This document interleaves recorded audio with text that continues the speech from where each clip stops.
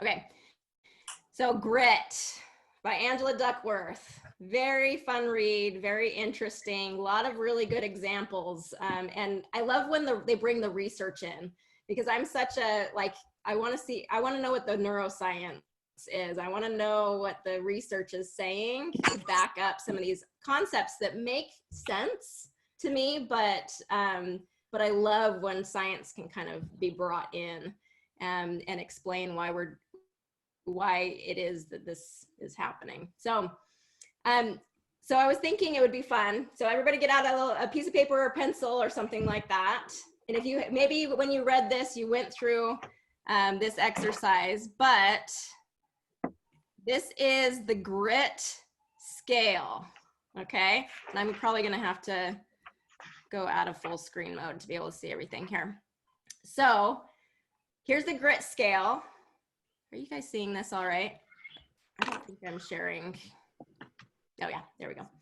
Okay, so let's go through real quick, and here's the scale, and I want you to kind of rank yourself, all right? So I'm gonna go through these 10 questions. Just first thing that kind of comes to your mind, you know, there's the going from not at all like me to very much like me, okay? Just a 10 question scale, and it gives you your Grit score, okay? So be honest with yourself. We're not going to share scores or anything like that. This is just for your personal situation, but I'm going to read through the 10 questions, and I want you to mark the number that correlates for you, okay? So number 1, new ideas and projects sometimes distract me from previous ones.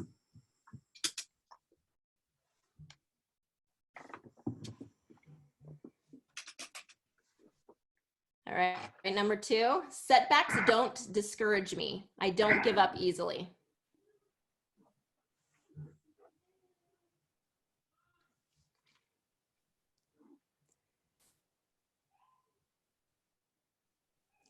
Number 3, I often set a goal, but later choose to pursue a different one.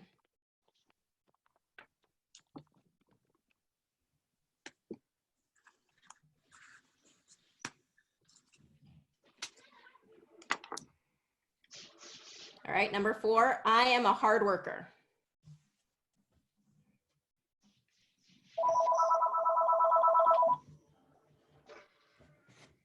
Number 5, I have difficulty maintaining my focus on projects that take more than a few months to complete.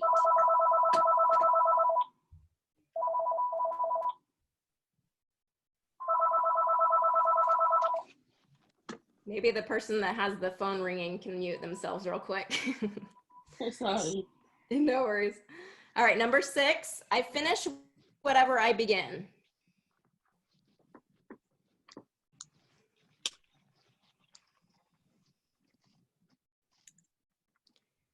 Number 7, my interests change from year to year.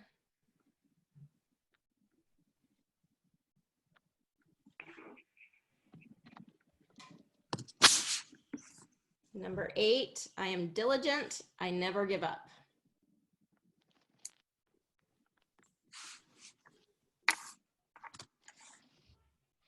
And number 9, I have been obsessed with a certain idea or project for a short time, but later lost interest.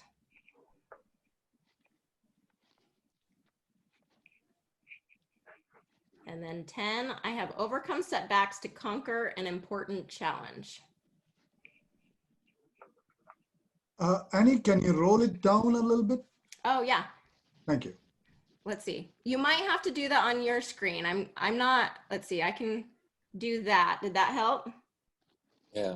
No, it doesn't. I can't see the 9. So you might kind of roll on your, are you on a phone or something? Because it might be that you have to, how are the rest of you guys doing with the screen? Does it work? It might be that you have to kind of scroll around on the screen. I don't know that I can control that. Okay, so add up your score and divide it by 10. And that is your Grit score. And you're gonna get between, you know, 1, I guess. Well, I guess you can't get 1. You have to get probably at least 2.5. to 5. So 1 would be not very gritty. 5 is extremely gritty. Okay. And I start with this just because when we're talking about personal development, it's personal. It's just, it's about you and where you are compared to yourself. Okay. And we're not sharing scores because it doesn't matter. All that matters is your score. And just being able to look at that. Does anybody need a little bit more time? Annie, I can see all 10. I just thought I was looking below 8, so it is in the side, so you can make it bigger. Oh, okay. Yeah, Okay, sorry. there we go. Yeah, no worries. Good. Yeah, so those 10. All right.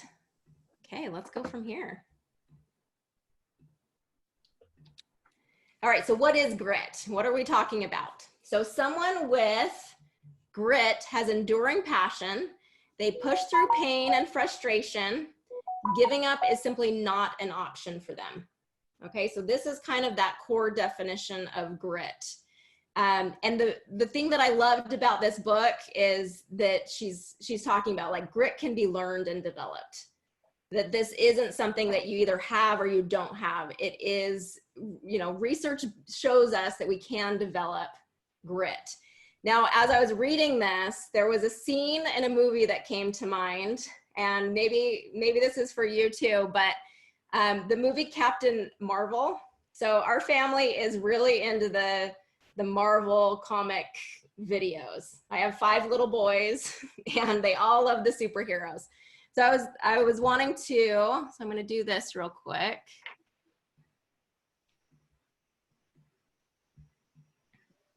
I want to show this just quick scene.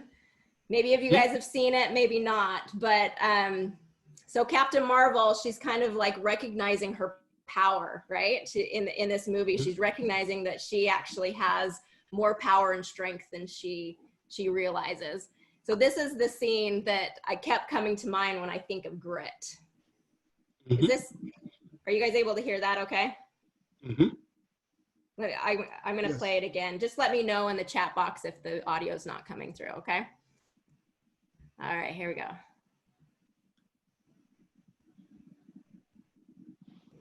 I didn't hear anything. Right. You can't hear that? No.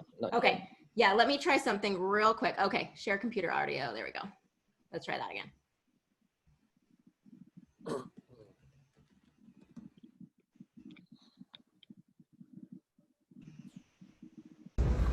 Yes. Okay. Hold on.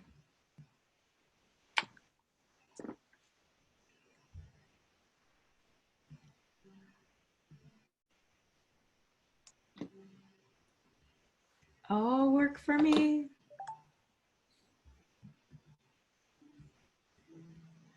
Maybe we won't be able to do it. Have you guys seen this movie before? Yeah. Okay. So essentially what she does, if we can't get it to kind of work here, essentially what she does is she's thinking back on scenes of her life as she's fallen down and she's gotten hurt. So this other character is making a case of like, you're just human. You're not going to be able to do much. You keep falling, you keep failing, you keep messing up. And then she has a scene where she kind of thinks back in her life of all the times that, yeah, she did fail, she did fall, she did crash, she did, have these failing moments. But then it has this scene of her getting up time and time again. But just every time she failed, she got back up. She got back up. She got back up. And then she recognized, yeah, I am human, I am only human, and the power that gives her. And then from there, she just like explodes in her power. It's awesome. So that for me was like the quintessential grit. I was like, oh, that is what I think of when I think of grit is, yeah, we're going to mess up. We're going to make mistakes. We're going to have all these setbacks and failures as we're trying to reach these goals of ours. But are we going to get back up? Are we going to really be able to persevere through that? So in this, they talk about talent versus effort. So talent, you know, is a person's natural ability. And we, you know, give a lot of weight to talent in our society. It seems like, okay, you know, people are being praised for their talent and their kind of their natural gift, when really she's making a case of like, no one just naturally is a master at something. They don't naturally just excel at things. Anybody that has done something significant in life, it's because they've put a tremendous amount of work in it, tremendous amount of effort. So effort being a rigorous or determined attempt. All right. So the quote that I liked with this, and the point that she made is talent, how fast we improve in skill, absolutely matters. But effort factors into the calculations twice, not once. So she says talent times effort equals skill, but then also skill times effort equals achievement. So effort is such a critical piece to this. Did anything stand out to you guys in this piece when they were talking about talent versus skill for you? When you say skill, what is exactly you think it means? Just a hard work or tenacity or perseverance? Yeah, does anybody else have a thought on that? Yeah, so it is, skill is more about the natural ability or God-gifted talent, and with effort, you kind of, you develop it later. So what happens, so I've read some other story about it, what people say that the person with talent can go up to certain extent, and then that person with talent has habit of only winning. If person has not seen failure, which comes through effort, right? When we are more dependent on efforts, we try to do something wherein we fail, we get up again, and then so with that failure we learn more and more. That is through efforts, and then that is what the achievement is all about. So with talent, person just learns to winning. The moment person fails, and after that coming up comes through the efforts, and that's what the skill is all about. So talent is not about skill, but talent plus ability to come up from the failure is what this skill is. Yeah, and exactly. And an example of skill would be like someone who is a marathon runner, their ability to do that skill, right? Or Ken, did you have something? Yeah, I mean, the example that Angela used was Usain Bolt, the fastest runner in the world. Yeah, she said that, I mean, just looking at the build of Usain Bolt, he's very tall. So he definitely has the natural talent to run really fast. But he didn't rely on his talent alone. He put a lot of effort in improving his run. Because he's tall, they say that tall people tend to not be able to run. They usually don't have a quick run in the beginning. So he had to put a lot of effort in improving that side of his running. That's why because of effort and effort, because that's why he's one of the best runner in the world, because he put a lot of effort into his talent, and that became a skill. And because with his skill, he put even more talent, effort, that becomes an achievement. And that's why he became one of the fastest runner in the world. Another example. And that's one more, sorry, yeah, please go ahead. Yeah, go ahead, Kailash. Yeah, so there is one more example which I have heard around this story only. They say there is a elite army in Australia, which is like Navy SEAL kind of army, I mean equivalent to that. And to select people for that army, one of the criteria the selectors have, that how many times person have failed in life, not only succeeded, right? What they say that if person have failed in life, that person knows how to come up from the failure, right? And that is really the skill is all about, because you would have a situation which you would not have seen in the past, and then if you kind of get to that situation only with talent, and you have not been into that situation, you're not able to come up from that, right? So there is a very great science or a logic behind this. Yeah, absolutely. Another example would be you have a talent for music. You have to put an effort, let's say, to play an instrument. And then when you develop that skill, then you have to keep putting more effort, and now you can play in a group, a musical group, for example. For me, I would like to add an example I saw a couple of years ago. A couple of years ago, I was watching the Olympics, and there was two hosts three hosts. Two were Caucasian and one was Black. And they were discussing why Black people always won the race. And one of the hosts said, it's because Black people are naturally talented towards running. And the Black guy was saying, no, it's not true. Black people have to put in the work as well. And I think he wanted to say that it's not because of talent, it's because of skill. Because if you say talent, you just take away everyone's achievement. You just say, you don't need to practice. All you have to do is just, bam, you've got the skilled talent there. And he was really upset when the person was saying that it's just talent. He said, yeah, we put in the skill. It's not just talent, Yeah, and when we give too much credit to talent and not enough to effort, it's disrespectful to the person that has achieved that, right? Because they're like, no, this just didn't come easily. And it's a disservice to the rest of us to not recognize the effort, because then we get in this false concept that, oh, it's just easy for them because of their talent, and I can't achieve that either. That's just them, they're special, and that's not something I can do.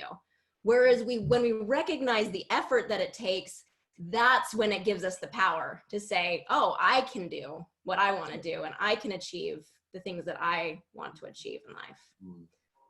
Yeah, excellent. Thank you for your thoughts. I like this from Jeff Bezos. He's the CEO of Amazon. He says it takes 10 years to be an overnight success.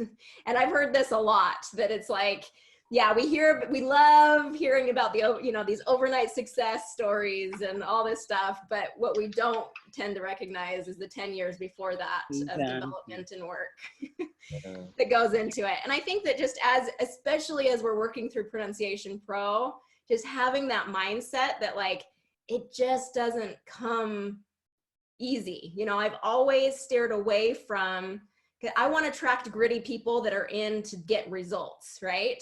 And so I've never been like, lose your accent in, 12 weeks, it's going to be easy. I never wanted to kind of advertise that way, because I know what it takes. I know that it's effort that you guys are putting in to really do the work and to improve your English. And I don't want to minimize that and get that expectation, that it's just going to be quick and easy, but that you will be ready to do the work. Yeah, awesome. Yeah, the 10,000 hour rule, exactly. And they kind of say 10 years, 10,000 hours of, working at something that really achieves that mastery or that success. Yeah. I really like the example for the instrument, actually. So what I realized is every time you try to train your accent or you play an instrument, is every time your brain is trying to build up a new, connections with your neurons actually in your brain. So it's really interesting, is because you start to realize what is different, from before. You don't know that before, and then you start to consolidate the connections in your brain. Your neurons become stronger and stronger. So over time, 10,000 hours rule actually is every time you're trying to practice it, to try to consolidate that connection in your brain, and then one day you're becoming really very proficiency for something. Yeah. Yep, exactly. Same thing with pronunciation. That same thing that you just said with developing a skill for music, same thing with your English and pronunciation. So, I mean, it's across the board. I love being able to see these common elements of skill development have the same components. You just, you learn kind of the recipe, and then you're like, oh, I'll just apply it to any of these areas that I want to grow in. So I love that, Melanie. Thank you. Yeah, so I can, go ahead. Sorry. Yeah, I just want to point out, because I attended a lot of conference, and I saw some really talented speakers, they present things, like magic, they have a really good understanding.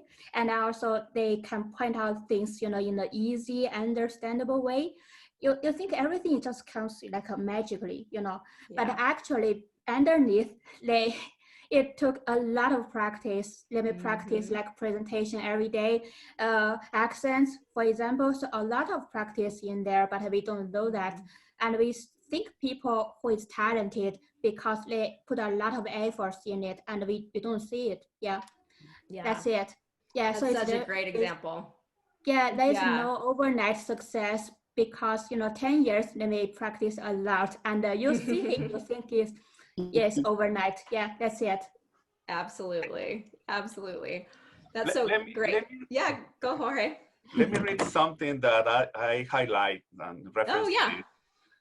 There are no shortcuts to excellence. Developing real expertise, figuring out really hard problems, it all takes time, longer than most people imagine. And then, you got to apply those skills and produce goods or services that are valuable to people. Rome wasn't built in a day. Love it. Yep. Such good. And just even like, I appreciate all your thoughts, and even the skill of being able to talk in a group like this and speak up and kind of get in your thoughts and ideas. I consider that a skill that you guys are practicing right now. There's a lot of people on this call, and being able to know kind of when to jump in with comments or when to comment and navigate that whole thing, like that's what's so fun, is we can kind of talk about all this and practice skills at the same time. So if you're kind of have something to say and you're trying to get it in, it might be awkward or something to kind of get that word in or figure out how to get your thoughts in, but figure it out, stumble a little bit. We're all here. This is a safe place. Okay. Yeah. So that's for anyone. Yeah, go ahead. And I just shared one picture. If you can just open that, it actually talks about all that, what we talked about. Okay. I am not sure how to, let me try this. No, that's not mine. Is this Kailash?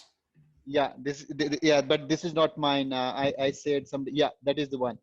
Okay, what people don't see and what we see and what people don't see. Yeah. Isn't that the truth? Yeah, we are only seeing the very top of the iceberg, aren't we? Yeah, good, excellent point. Thank you. It's also true. It's when someone plays the piano, for instance, and you go to see them. And when you see them, you say, wow, these guys are amazing. But what you don't see is you don't see the time they put it in. Hours and hours of time behind the background. And what you see is just on top of what you see. Yeah. So yeah, and it's easy. Point. It's easy to compare ourselves to their final product, right? And that is the struggle that we have to be just really mindful of. Our brain wants to say, oh, I'm comparing myself to all this, and I didn't see all of this happening underneath. So we have to be very aware of that our tendency to do that. We all do it. Yeah, and can I add on? Yeah. And one thing I like about this book is that it actually demystified the whole concept of achievement. Like, we always thought that, oh, well, this person must be so talented that we cannot be like them, because like it must be like God-given talent. That's why they're so successful and all that. But this book kind of takes away all that and shows us that we ourselves can achieve that kind of can reach that kind of level as well, as long as we put in effort to get there. It really makes everything more attainable to all of us. It's so true. Yeah. That's what I love about it, is it's empowering. When you see all of this, it really, like you just said, it just says, hey, I can do it too. It's not out of reach for me. Yeah, I like the example about playing piano. Yeah, I've been listening, piano music since a lot of years. I've been, practicing also recently, and I found out is first time when I started to play piano, it's quite hard for me. So it was just started and like step by step, and I found out is when I build up that muscles memory, again and again for the same song, and I found it's easier actually the first time when I played that song. And so what point I'm making is it's actually take notes as well. It's effort actually will make our skills more productive. The more you practice, and the easier it become actually, Absolutely. Okay, so let's kind of go into this part where it says, let me make sure I'm sharing. Yep, there we go. So then it's kind of like, okay, like Ken said, we can develop it too. We can achieve this. This is not out of our reach. Very possible for us. So how do we develop that grit? And I like that she kind of goes into this, like, here's the recipe. Here's what you need to kind of be aware of. So have a strong top level goal that doesn't change. Okay, so what she talks about is we have these top level goals, and then we have mid-level and low-level goals. And a lot of times people have like these mid-level goals that just don't have any kind of connecting top-level goals. And it's hard to stay motivated for a long period of time without that top-level goal. So, for example, with Pronunciation Pro, I've been doing this for 10 years. So, over 10 years. And I tell you what, the first time I got on a Zoom call like this and a group call, did not look like this. It was very different, and I was very different. And even now there, I have goals of where I want to even go from here. So, but my top level goal from the beginning, and why I feel like I've been able to do this for so long, that top level goal is really to help, it's to help non-native English speakers find their voice and their confidence. Okay. So that's that top level goal. So everything that I do feeds in to that top level goal. And we'll get down to purpose. The purpose is a part of it as well, to keep you focused on that top level goal.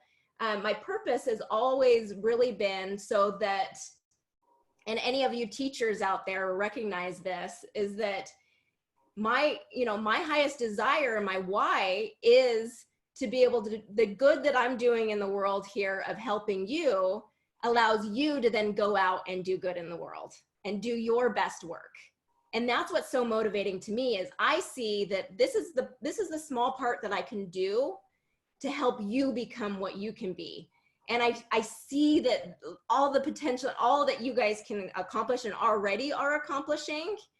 And it's so exciting to me to be a part of that journey for you and help you discover your voice and discover that confidence and build that confidence to do your best work in the world. Because then the compound effect of that is amazing, So that's what gets me excited. And you can tell I get all, excited when I talk about it. But I want to kind of hear from you. Do you have a top level goal in what you're working towards? Can you kind of identify that top level goal and your purpose that your other goals are feeding into? Can I say something? Yeah, Mohammed, go ahead. Yeah, I like when she talked about the goal, and then she said you should have a philosophy. And when you have that kind of goal and philosophy, and people, they do well when the goal is not about themselves, about something bigger than themselves.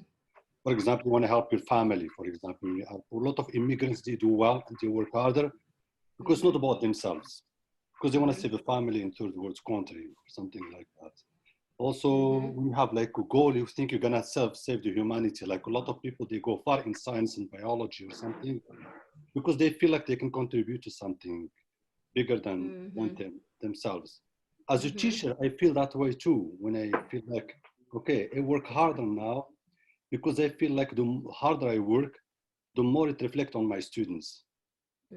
So I feel like, okay, I should give them the best I can give them. Like right now, I switched to storytelling and TPRS. See, I started because there's no curriculum in Arabic, and it was a hard language.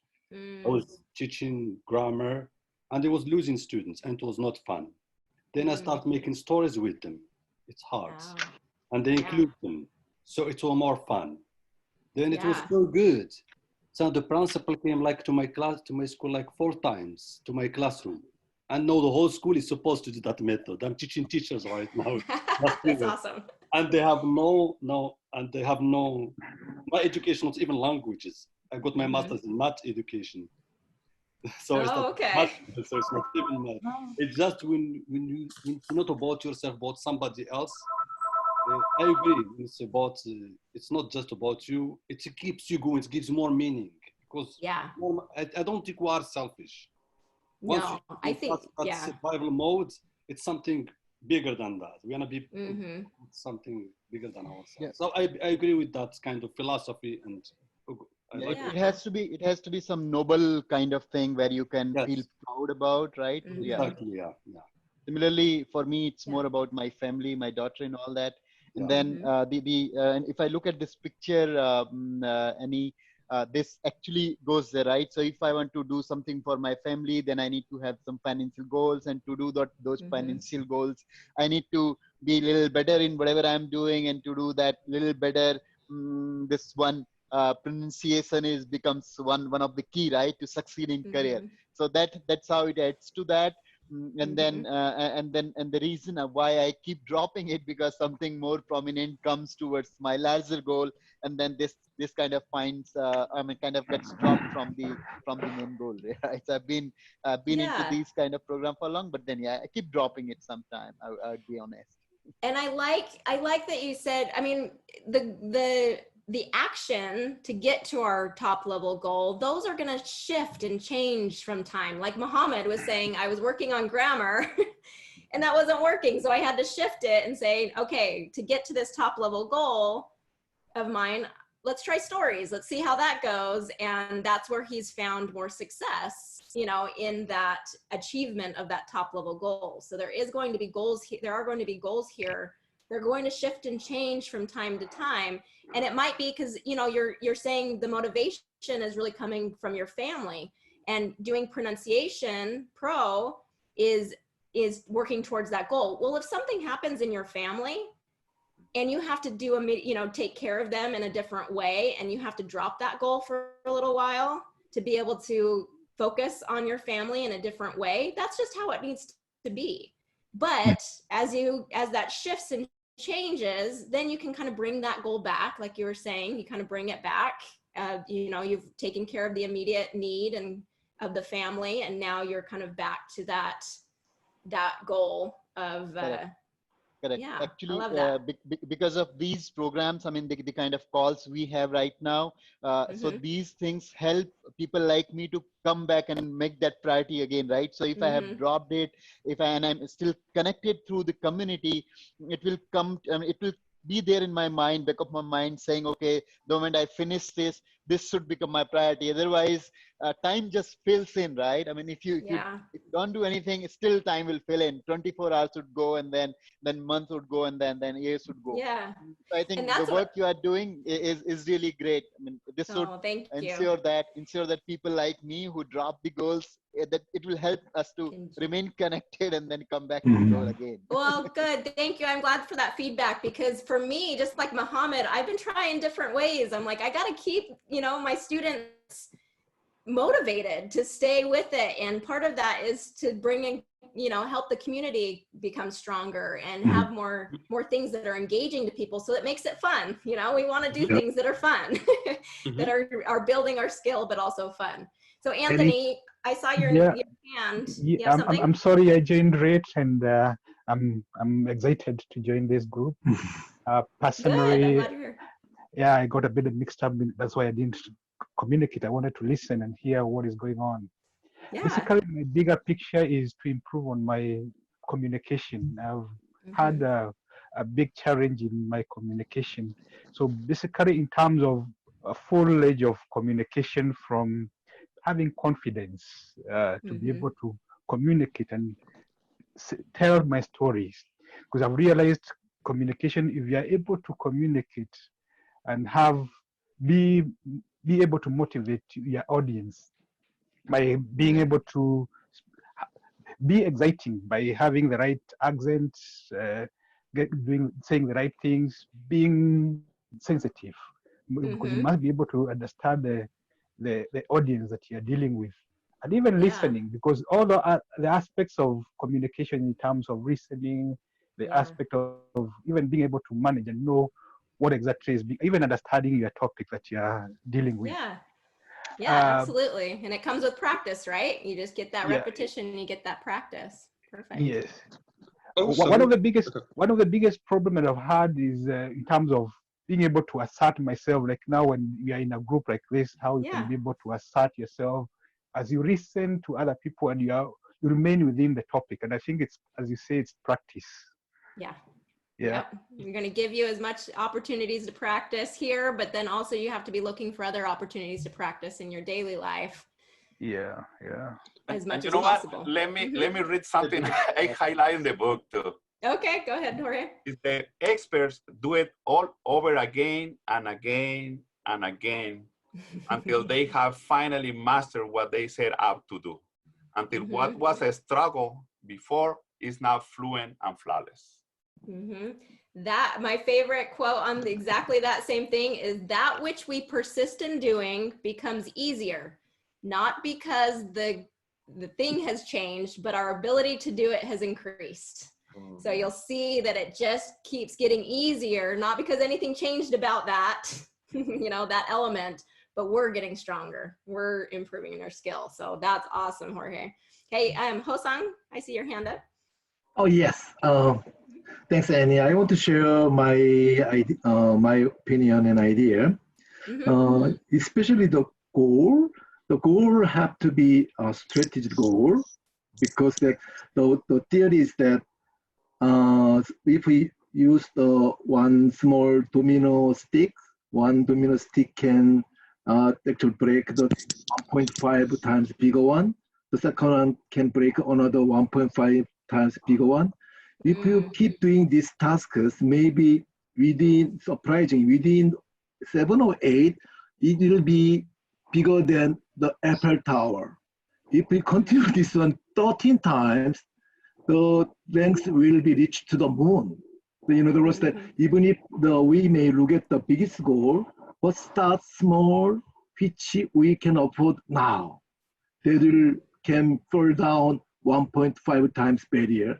That will be overcome another 1.5 times barrier, and something like that. Yeah. And second thing I wanted to share with you is actually, I like your goal too. When I doing this kind of goal, if my final goal is for myself, maybe it may not be such motivated. Maybe I want to be a millionaire. So what? What will be difference if I be the millionaire or not? But if I have a motivation that I want to help the people who need to learn the pronunciation, I want to help them, let them build their own career properly. That's a huge motivation, in my opinion. As long as you have that, even if you have a business downturn, upturn, doesn't matter. Doesn't matter. You continue to do whatever you do because that's the right goal. So I really appreciate that you're sharing too. Yeah, and you're kind of weaving in kind of goal and purpose, and I think there's elements there of both that have to be there for us to persevere. Like you're saying, downturns in economy, problems with a worldwide pandemic. It's these problems are going to continue to come up. Everything's going to continue to come up. But if we have a solid, goal, a top level goal and a purpose that kind of feeds into that, we're going to be so much grittier. We're going to be so much able to persevere. And I like how you're talking about essentially the compound effect is like just small actions done over time create huge results. And that is something that I believe very strongly in and have applied in my life and in with Pronunciation Pro. Is just I get too overwhelmed when I think of all the things that I could be doing, but if I can put a system in place that I can do consistently, I have that confidence that I'm going to get to my goal. I'm going to get to where I want to be. Also, if you want to develop grit, I find that if you really want to, you have to have a why. You have to have a why, because it might be for someone else, it might be for yourself. But if you have a reason for doing something, it's going to help you in those dark times when you want to give up. If it's just for someone else, and if that person loses interest, then you might say to yourself, that guy or that person doesn't want me to do it anymore, so I have no need to continue. Yeah. And since we're already talking about purpose, I liked this example that he gave in the book. He says there's a job, there's a career, and there's a calling. Or she said, job, a career, and a calling. And she said, you know, you could say I'm a bricklayer, which is like a job. It's just you're going in for the job. You could say I'm building a church, which is the career, right? Or you can say I'm building a house of God. It's a calling. Okay. So what she's saying is, you know, an interest plus a purpose becomes a calling. And the more you have that deeper calling, and she gave examples of like sewage workers and garbage people, you know, just like any kind of, it doesn't matter, CEO, it doesn't matter the job, or any job or any career there can be a calling within that. And so it's finding kind of what really is that purpose for you. I think having a purpose also makes you better at what you do. Makes you improve yourself all the time, because you have a bigger goal. Yeah, you're doing it for not just for yourself, but for a purpose greater than yourself. Yeah, the other side is more other side is more dangerous, I would say, if you don't have purpose, and then we kind of become part of this rat race. Mostly the people who work in corporate, they would understand that we keep running without purpose. That becomes really, really difficult life after some time. Right? Yeah. And it can really wear on your health. It can wear on your relationships. You know, it really takes its toll in your life if you're just grinding it, you know. I don't see grit as just grinding. I see grit as persevering. When you have that top level goal, it doesn't feel like a grind. You know, it doesn't feel like this challenge. It feels exhilarating and expansive. Yeah. I would again go back to the example of that army, all the people who actually are ready to die for a country, for one purpose, right? They also have that purpose, right? There's a calling.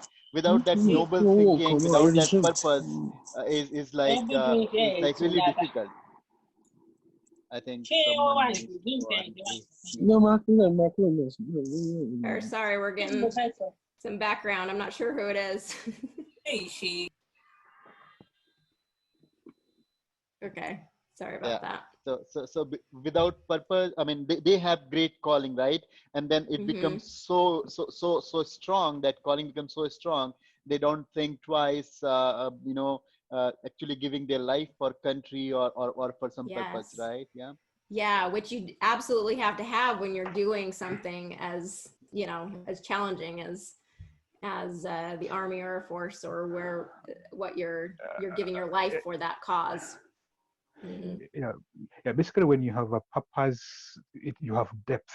Even when you have challenge, you are able to persevere, and you are able to have the humility. You realize somebody who does not have a calling, we are doing something as a job or a task. When you get challenges, I've seen nurses and people who are in medical field even beating patients. When the patient is now messing or swelling the blood, you find people even beating patients, because you are taking that as a job, not really a calling. Because if it's a calling, no matter what goes through, you have the humility to be able to calm down and assist your clients, you know? Yeah, so absolutely. you're able to that navigate depth, and go through and go through all the challenges that has to be done to be able to get what you're looking for. And that's really, you know, we're talking about that grit, that long-term goal of being able to do things year in, year out, day by day. And that gets challenging. That can be hard to kind of keep at it when things are going rough and aren't going as well. I do find that when I do have a day that just things tend to fall apart. You guys may have noticed the site has gone down a couple of times the last couple of weeks. and there has been some issues here and there that I've had to dive in and things and really put a lot of focus into cleaning it up and problem solving. And I get to the end of those days and I'm just exhausted because of the mental and emotional, you know, toll of all of that. but I know what that feeling feels like because I've done it a lot over the years. And so I know that I get a good night's rest and I'm ready to, you know, and I kind of refocus on that purpose, and I'm ready to do it again the next day. So you probably have a very similar experiences of what it, knowing kind of that feeling of being exhausted. Yeah, Arjun. Yeah, I do have a question for you, if you don't mind. So obviously you've been teaching us or teaching pronunciation for the last 10 years. And I would say hindsight or looking back of what you have done right now, what was something, you know, in the beginning that you kind of, looking back now, what was the grit moment that you had in the beginning that you persevere, or you have that grit moment, and what was something that actually kept you going, if you can recall? Yeah, that's a good question. I'm trying to. Yeah, go ahead.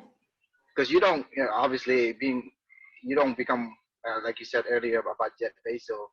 You don't become success. You know, there's no overnight success, but that's you know, 10 years of, you know, studying and perfecting your craft or whatnot. And also there's a lot of things that people don't see of what you had to do behind the scene. But most people just see the things that you have done, which is success or your highlights of what you had to go through in order for you to become who you are. So yeah, if you could recall it, that would be awesome, because it's a fascinating book that I'm almost finished with it, and thank you for recommending it. It's a fascinating book that it reminds me a lot of things that I'm going through right now, that it truly, if you want success, grit has to be there, and it's always going to be in any endeavors that you're going to do. Absolutely. Well, yeah, thank you for the question. I think there's two parts. When you talk about that top level goal, you know, there's two parts for me. First is I got a picture and a kind of a vision early on of what could be with what good I could do in the world, you know, with the skills that I have and the training that I have. I mean, and to me, it was a pretty spiritual experience in terms of just seeing my students and just having a very real connection with just like love, you know, I don't know how else to explain it, but just love for these people and what you all are going through and what you're doing and the struggle, and, you know, and just wanting to be able to be a part of a solution for you. Because you know, the emails that I would get of just like, I'm not feeling confident. I'm, you know, have these situations that I don't feel valued, or I'm not getting the jobs that I need to, or making the money that I need to, or having the success in general that I want, and seeing how incredible you all are and what you can do, and that it's just this communication barrier that I have been trained and have the skill set to be able to help with, really just kind of gave me like I just had this connection and this love for all of my students and what I could do in the world. So there was that higher level. And, you know, I can look back on probably 3 or 4 situations that were very overwhelming to me, actually, where I just felt this incredible love, and I've gone back to that over and over again. And I've felt that over the years, just time and time again, that just keeps me moving forward. So getting my training and getting my skill in speech therapy, I didn't know that this was what I was going to do. You know, it came with time, but and that's what I like. She talks about, you know, getting into your interests. When we kind of dabble and, you know, get into interest, you kind of, if you stick for something more than 2 years, it brings that depth, and that, you know, you get deeper into it and you learn more about it.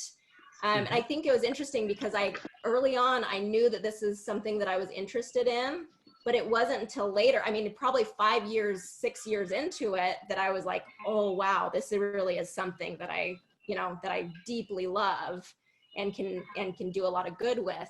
The other thing, and we talked about this, is our family. You know, being able to care for our family is a big motivator for a lot of us. And for me as well. And I've told this story several times, but maybe, you know, but just that Pronunciation Pro started because my husband had essentially what we talk about, we call it as a mental breakdown. You know, he really struggled, you know, and he continues to struggle with mental and emotional health. And so we had 2 little kids, and he was really struggling to go to work and to get up and to do what he needed to do with depression and anxiety. And I had an idea, you know, it was at that time I was still kind of working on things, and I had this idea of Pronunciation Pro and how I could grow this in a way that would really help my family. And so there was that top level goal of providing for my family and being able to do it in a way that I could be home. My kids are all out there, you know, with my niece that's taking care of them. And I've been able to have all the kids that I want. I have 5 kids, and like that was such a dream for me, you know, and I've been able to do this all along the way with a lot of help from my husband and a lot of help from other people. But that higher level goal of the love that I have for what I'm doing and for all of you, and love I have for my family and what I want to provide for them and the experiences that I want for them, you know, really motivate all that goes in sticking with it year in, year out. So that's awesome. Thank you. Well, Thank you. I'll tell you what, Yeah.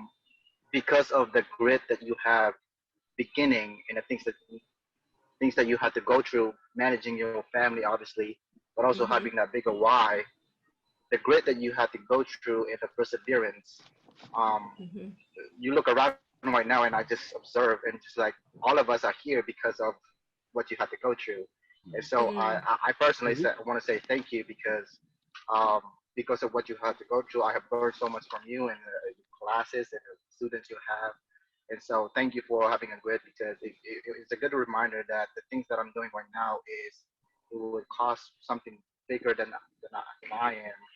And so to anyone out there that, you know, who have a purpose, that, you know, as long as we have that grit, just continue on to persevere, I think there will be a greater reward, but also a greater impact that you just don't even know yet. And so, but yeah, I don't want to take too long, but I've been really meaning to ask you that since as I read the book. So. Wonderful. Thank you. You got me emotional here. Almost cried too. But. Well, this can be stocked up as one of my moments that helps me keep persevering, because when you see the fruits of your labor, you know, you kind of the fruit of the work that you're doing, it just is, it's so wonderful. And, you know, I'm sure that so many of you are experiencing that with what you're doing now, but then just being able to see what more good can I do, you know, and that's what keeps pushing. And there's a quote here, let me find it, that someone who is a high achiever never believes that they will ever reach their goals. They're always striving for more. And I think that that's kind of a quality of grit, you know, being a gritty person, is that you do have this element. It's not like when I reach this goal, then all is good and I'm done. It's a quality of lifelong learning, that this is who I am, growing and developing and learning and excelling and doing my very best. Yeah, Muhammad said, always looking for feedback, you know, always doing that can push us along. So Muhammad, just kind of talking about that feedback, did you guys, my mind was like blown when we were going through this deliberate practice and flow chapter. Did you guys love this as much as I did? It was so good, because it just fits exactly what we're trying to do here, is that deliberate practice is the preparation. The also, flow. Father, one yeah, day. Go ahead. Sorry. It's also good if you have a family one day. It's good to read that book, because right now I feel like it's affecting my relation, the way I'm talking with my son, because I feel like he's not very greedy. So now I ask him questions. Yesterday I find myself, because I like when she said, when you see parents communication, pay attention not with the message, but the receiver of the message. Do you have the same interpretation of the message? So now I pay attention. Okay, I'm telling my son, Brian, you could do this and that. But how does he perceive my advice? So I feel like for example, yesterday I did an experiment with him. I was doing, because I'm teaching him in math. For him, I'm good in math. He's not that good in math because he's. Yeah. But okay. in his head, he's better English than me because a native speaker. Oh, so I changed roles. I told him, Brahim, are you proud of me? Because I'm working well. He told me yes. I told him why. He told me you are reading that book, great book, and you are not missing any sessions. I told him, really? Well, on a scale of 1 to 10, what do you give me? So the deliberate. He told me I give you 10. I told him don't give me 10. Give me a little less so that I can keep challenging myself. Yeah. He told me, okay, I will give you 9. So and reverse the roles. That's funny. Today, this morning, he was working 2 hours in math to impress me. He did 2 hours. So the biggest thing with the parenting, you're right, that this book, You have to model it. The modeling. Yes. It's not about what you said, it's not what we do. But you do, yes. Yeah. So Mohammed, you're having way more impact on your son by working on the English. They have to see, and they have to see you struggling. Because when he sees me struggling in English, that means that's not my forte. It doesn't come naturally to me. It's if I struggle with English, he can struggle with math too. Who cares? That's such a good point. I don't want to take too much time of you. I love that. No, that whole part on parenting, I was loving that because it gives us kind of an idea of this wise parenting, supportive and demanding, that it's not just that it's that supportive and demanding element that really creates that grit, but like you were saying, most importantly, the example that we're giving. So when we are striving to excel, that's going to be showing our kids, what grit really is. And that's what they're going to then emulate from there. That's awesome. Well, good. Oh man, I could go on forever, but a couple of little different points. So just real quick with the deliberate practice and the flow. So for those who haven't read this part yet, but deliberate practice is all about the preparation. It's having that clearly defined stretch goal, and I like that idea of a stretch goal. You're pushing yourself just a little bit. You're expanding that comfort zone. Little by little, and having a stretch goal that gets you kind of expanding that comfort, full concentration and effort, immediate and informative feedback. So coming and getting feedback on your pronunciation is a huge part of this. And that's something that I've learned over the last 10 years is we have to have that element in there. Everybody has to be able to get feedback. So we have a lot of that here at Pronunciation Pro. Reflection with repetition, or repetition with reflection and refinement. So getting that repetition in practice day in, day out, really creates what they call this flow, where you get into this rhythm, that fluency in your English. When you've done that preparation, flow will come. I promise you, it will happen. And you'll get into that flow, and then it'll just be effortless and, and really, really, it will make it all worth it. Annie, as we talk, I'm reminded of something I watched a few years back, and it was because it was an actor, and she said every time she wants to act, she does a lot of practice. And what happens when she does that practice is, when it comes to her acting role, she easily flows. And when people ask her, how did you do it? She says, it's because I practiced. And what happens, practice meets opportunity. And she gave a beautiful quote, and I'm not able to remember it, but she said that if you practice, and when you come to do something, all that happens is that practice kicks in and you start to flow. Absolutely. Absolutely. That flow is such a cool element of, and the reward, for all of that deliberate practice. It's awesome. Okay, a couple other points here. I love that part on hope, especially that experiment with the dogs. There was this experiment with the dogs that basically kind of showed what happens when we don't feel like we have control over our situation versus, having control. And really that's, hope is just feeling that you can overcome, you can get past and get through things that are challenging. And when we can have that feeling of control over our circumstances, that life isn't just happening to us, but that we can proactively go out and create and prove and do that's the real trick. And she gives this example of growth mindset, having that I can learn new things. I am, this setback is temporary and not a part of who I am. But growth mindset is really updating your beliefs about intelligence and talent. We need to update our belief system. And we talk about in, pronunciation pro mindset, the pro mindset course, talking about our beliefs are just thoughts that we've thought a lot, we've thought repeatedly. Okay. So if our belief system needs updating, it's the thought work that really helps us. And that's that part of that pro mindset that we're trying to teach, is how do we kind of evaluate the thoughts that we're thinking about ourselves, kind of the self-talk that we have about our capacity, what we're capable of. And it helped, we really need to kind of take a look at that in our minds, those thoughts that are going on, practicing optimistic self-talk, being able to really encourage ourselves. If we're berating ourselves constantly about what we're not doing, it's not going to get us, we're not going to persevere.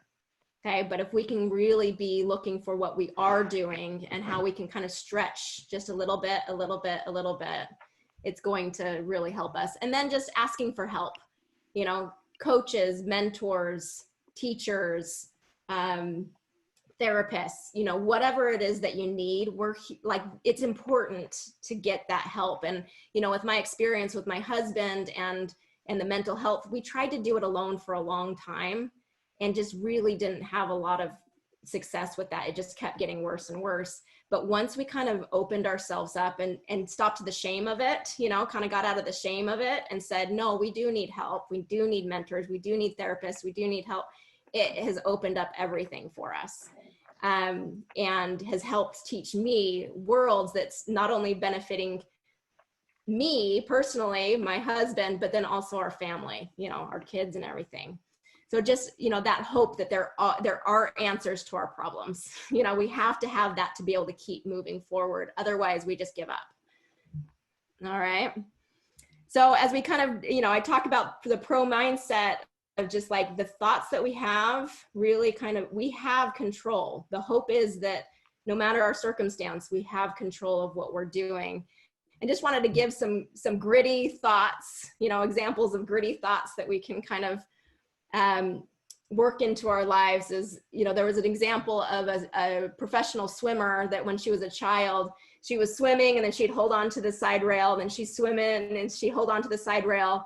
And then she got done with it and it was just extremely challenging. And she had this big smile on her face and says, that was hard. That was great. When we can think of our challenges like that, of just like, this is so hard, but how awesome, that I can do this. That is the mindset, a grit mindset. I resolve to make tomorrow better. Instead of I hope tomorrow's better, I resolve to make it better. Is that putting that control in ourselves? I can always learn new things, that growth mindset. I always have the ability to change my circumstances. Through my consistent effort, remember effort, I can build skill and achieve my goals and dreams. That I can do this through my effort. And, just for sake of time, I know I don't want to hold you hostage here too long, but I want to hear kind of some takeaways from today. I think that learning is good, but reflection, application, and sharing it with others and working into our lives is really what creates the change for us. So let's take a minute of reflection before we part ways today. And I just want to hear from you. What has really resonated from you today, and what are you going to take away from this? I think I'll go first. I'll go. That's one, and thank you for sharing your story. So every one of us, or 34% of America today, needs mental health. Just yesterday's Washington Post news.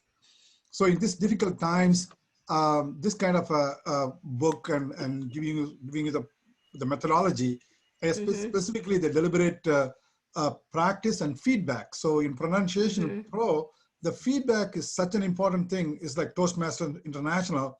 So because of this book club meeting, I was reminded of those thoughts and hopefully integrate and make more practices. Thank you.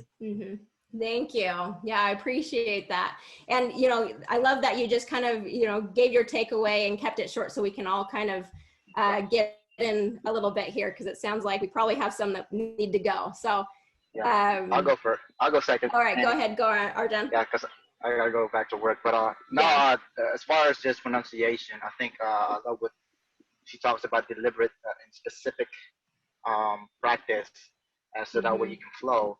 My biggest Achilles heel, as far as, you know, in any thing that I try to do, is not practicing enough to where having a specific goal, but also being deliberate about it, so that way I can have a flow.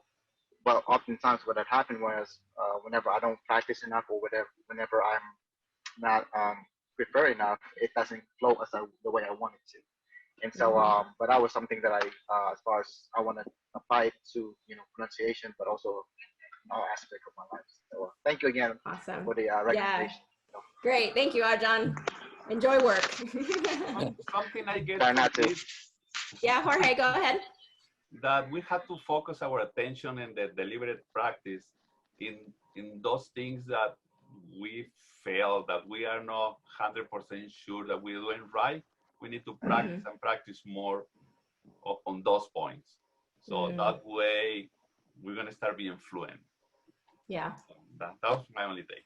I love it, Jorge. Thank you. I will go next. So for me, so I normally believe in taking small steps, you know, one at a time. So for me, the simple thing is we should be attending more of such sessions to remain motivated. And obviously there are so many learning, right? All this discussion, hearing perspective of so many people, and then all are kind of trying to are struggling on the same area and trying to find the same way, same path, right? And then obviously it becomes more like extended family or kind of a support system, largest support system, be it you know, your problems or someone else's problem, like Muhammad was talking about, some connection with son. So I feel my takeaway is to attend more such sessions and be in touch. Yeah. Good. Yeah, it's interesting because at the end of the book she talks about surrounding yourself with gritty people, is building that community of other gritty people is going to kind of help that motivation, because you're like, I don't want to be the only one not being gritty here. So yeah, getting involved and really, you know, jumping on and making sure, like, and absorbing what the community is doing. Yeah, it's awesome. Thank you. Yeah, my biggest takeaway is about growth mindset. So your inner desire, you know, want to become better tomorrow or at some point in the future. Actually, that gives you a lot of courage, you know, to push yourself, set up a stretch goal, and then you make your steps, you know, step by step, and you're approaching that goal as well. And in the future, you'll be better. And this is exactly about a growth mindset, because every time when you make some small steps, and as time goes by, you know, that accumulates a big effect, you know, at some point as well. So it's really important to keep that passion and use your perseverance, you know, to achieve your goal in the future, because your future, you know, is better and it's waiting for you as long as you push yourself hard. Yeah. Awesome. Thank you, Melanie. Excellent. Hello. Good afternoon. I don't know if everybody, good evening, I don't know. Where I am now is in the afternoon. This is my first time joining, and I'm really elated. I'm happy I'm in this community. I'm so much, I have so much fear in me. I don't know where it comes from. When I want to do something for myself, when I want to grow, I know I can do it. So the fear of rejection, the fear of failure always come in my mind, and without knowing, and I drop back in whatever I want to do in life. Not only, I mean, professional pro, I have interest in so many things I want to do You know, I'm planning to be an entrepreneur. I've already set up, I joined the MLM business, but anytime I start growing, there's this fear I always have, of that fear of want to grow, you know. So I have a fear, that fear of rejection and then fear of failure is always pushing me back. Well, I know there are a lot of things I have to do to be able to conquer that. But what my takeaway today is just that you need to develop a very good mindset. The mindset, I mean, when you build your habit build you back. So the way you do things little by little every time, and the way you approach them, that's the way reflection you will get back from it. So the way I know if you practice well, and it's something we know, and I know, but we don't do it. That's why we don't get result from it.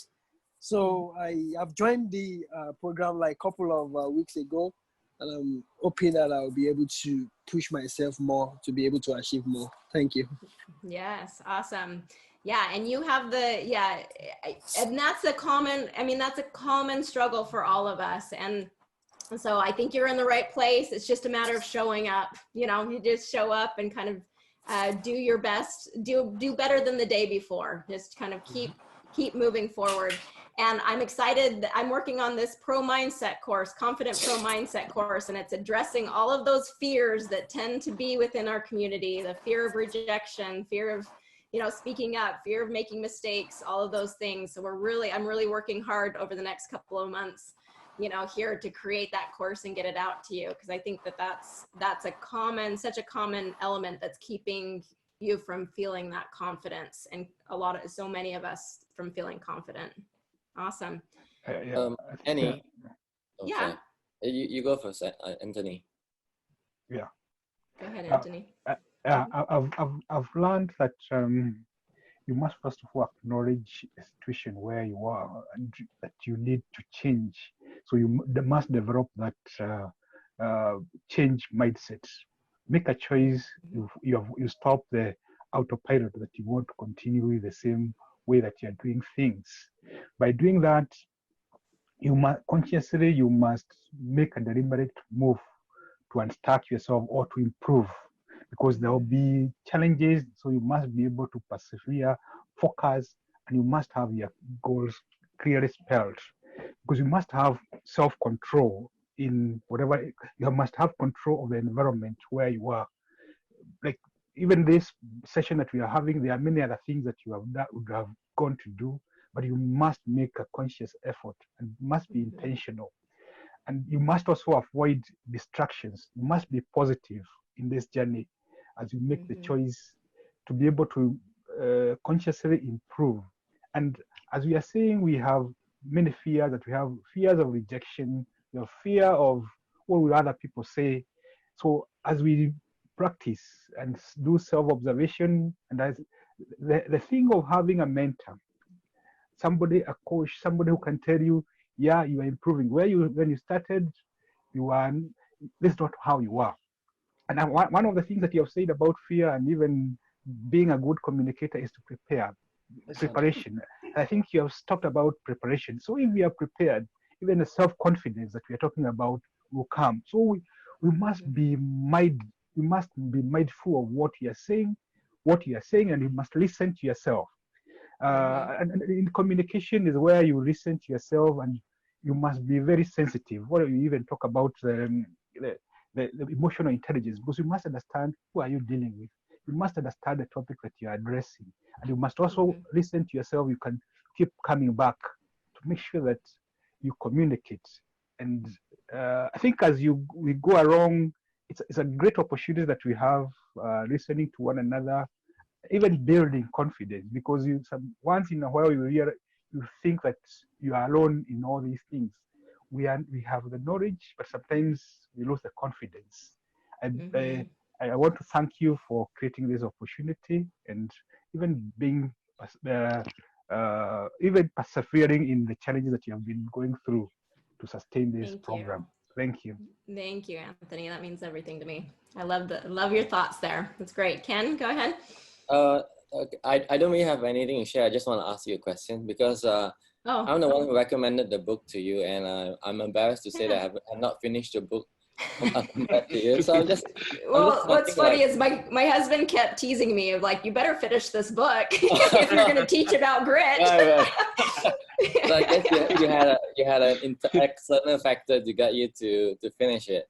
So I mean, I'm just wondering, like, is there a better way where we can to read a book and to like remember what we read? Because I don't know, I tend to be a slow reader. I do a lot of markings and all that. I don't know whether I'm doing it the wrong way, but I'm just wondering, do you know of a better way or a more efficient way of reading, and how you manage to remember what you read?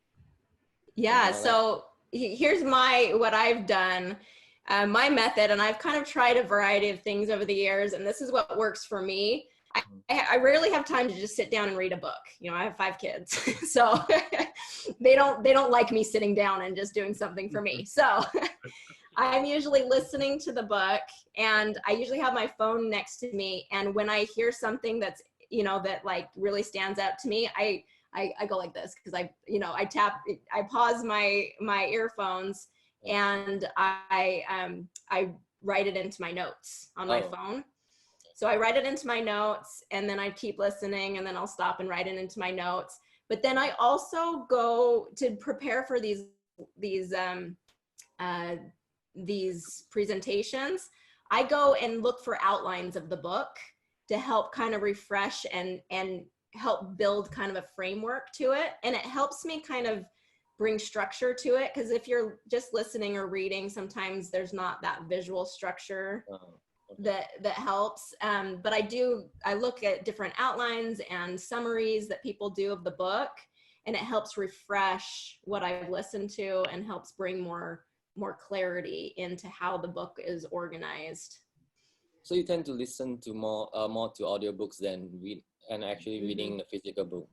Do you think there's a difference between what you remember from actually just listening than reading the book? Is there a difference in terms of comprehension or remembering the key points?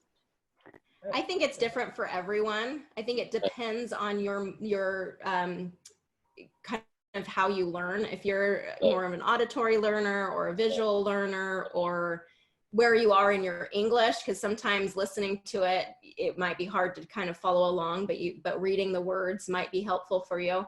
So I think it's really an individual, and it's just trying different ways and figuring out what's for you. And that's what I've done over the time, is I've had to kind of work through different strategies to see what will stick. Yeah. Okay. Good question. Myself, I look to read the book through Kindle and make highlights. And then when I finish the book, I go back to all my highlights. And sometimes if I think I need, or something is important for me, I go back to the book. I have to click in my notes, and it takes me to that part of the book. And that helps me to focus on what I think is important in the book, or that is gonna be good for me to follow up, or whatever I want to apply for. Yeah, good. Lots of good suggestions. Yeah, and I think that the more you just kind of do things, the more that skill develops, right? You're trying to figure out how that works. But, you know, I like how Kailash says self-help books and making notes of how it relates to us makes a big difference. So, you know, applying what does it mean in your life, and not just kind of writing out, taking notes of what they said, but just even the thoughts that come up for you as you're reading a book, and how it applies, and some action items that you could take from that book. That's what's going to change you. You know, that's what's really going to help you, is like, how is this going to change my life? What actions can I take from here? So like somebody said, in that it said, when you read something, the most to retain it, reflect about it. Very important. A critical thinker does build critical thinking, apply it somehow, and share it with somebody. Yep. I like these 3 ideas. Yep. I've been thinking about that a lot. That's I don't know, there was I found it there. That speech that I put on the Facebook page. Yeah, that has come up to me over and over again, is that recipe of you learn, you reflect, you apply it, and you share it. So there were a number of stories as I was listening to it. There were a number of these stories that I told my kids about. And last night we were talking about the dogs and the hope, you know, the dog experiment with the hope, and we were discussing it as a family. And I think that's when it really comes alive, is as you share it with people around you. Not only is it good conversation, but it's also helping other people kind of learn different concepts and helping you. And that's what, you know, this for me is such a good practice. We were talking beforehand of such a good practice for me to share it with you, and it helps solidify it for me in my head. So thank you for that. I appreciate it. All right, so we're going to end with Amadou. Go ahead, Amadou, and then we'll wrap it up here today. I would like to share my takeaway before we wrap yeah. up. We talked a lot about the talent versus effort, but if you make effort and you don't see the results, you can end up giving up. So I'm going to give you an example to get my point across. I used to be a coach for teenager soccer team. And we have the A team, B team, C team, and D team. And the A team, of course, are the most talented. So when I take up the B team, I asked to take on the B team. And the coach was joking, say, oh, come on, you don't have the team to beat me. Okay, let's you know, put together a team. So we end up losing 11-0, you know, and the kids, they like to tease each other, right? So okay, this is the start. By the end of the season, you will be able to reach that goal.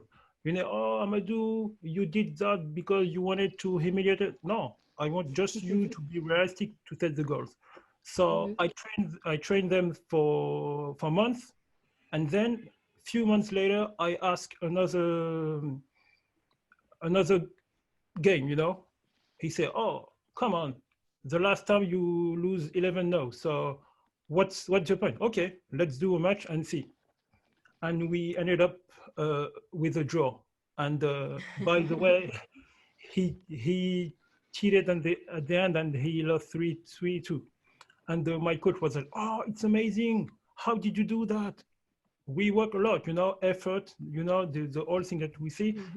Because if you ask somebody to make a lot of effort and he don't see the result, he don't know where to go, it's difficult for them. So hope I made that quick. So I try to you know, show you. That's a great application of that. Absolutely. So wonderful. So thank you, everyone. And for those who haven't finished, persevere to the end. Try and finish that book. Pull up that grit that you have inside of you, if it's part of your top level goal, I guess. So you get to decide for yourself what those goals are. But yeah, we're really just working hard to kind of bring this community together. And thank you for strengthening the community by having your voices here. Your voices are important. And that's the biggest thing that I want you to take away into your life, is that your voice is important. Your thoughts, your ideas, your expertise needs to be shared. It needs to be heard. And hopefully this provided a practice for that, and helps you kind of get some of these concepts in your mind so that you can apply them in your life. So thank you so much, and everyone have a great rest of the day. Again, we'll see you soon. Bye. Bye, everyone. Bye.